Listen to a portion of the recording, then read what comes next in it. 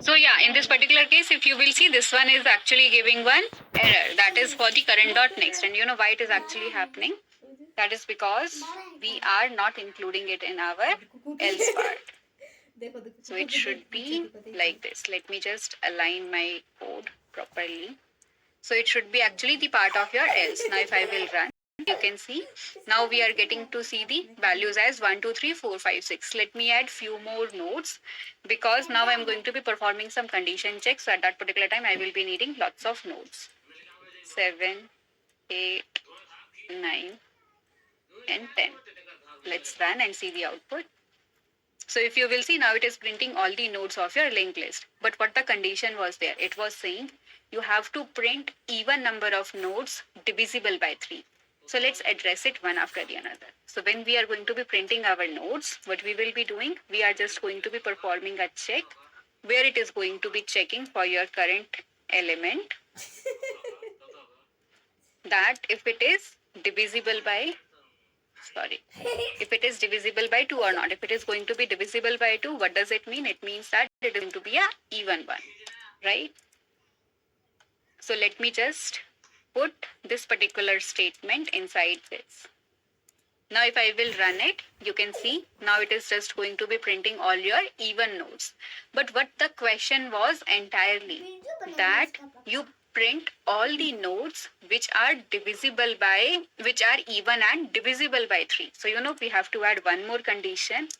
That one is going to be for divisibility by 3. Now if we will run, you can see the output for the same.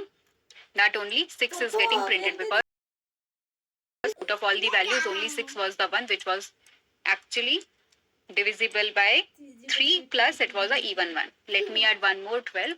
Now if you will run, you can see 6 and 12 are getting printed because 12 is divisible by 3 plus it is a even number. Alright.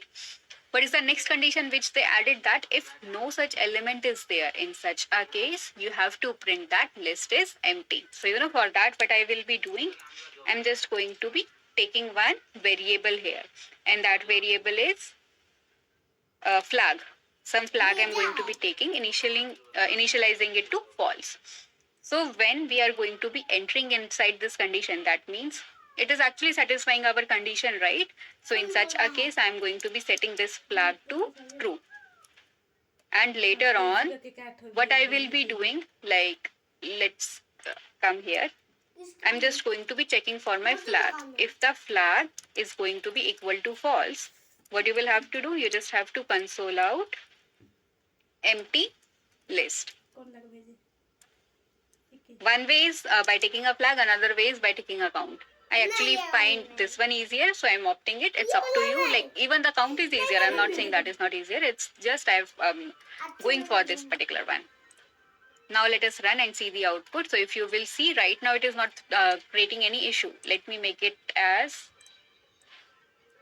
this particular one I'm going to make it as 11 and that one I made at 16. So now we know we do not have any of the element in our entire list which is even at the same time divisible by 3. So now if I will run, you can see it is printing empty list. So I hope with this help, with the help of this example, it must be clear to you. Now we are going to be closing this session. So happy learning guys. Bye-bye.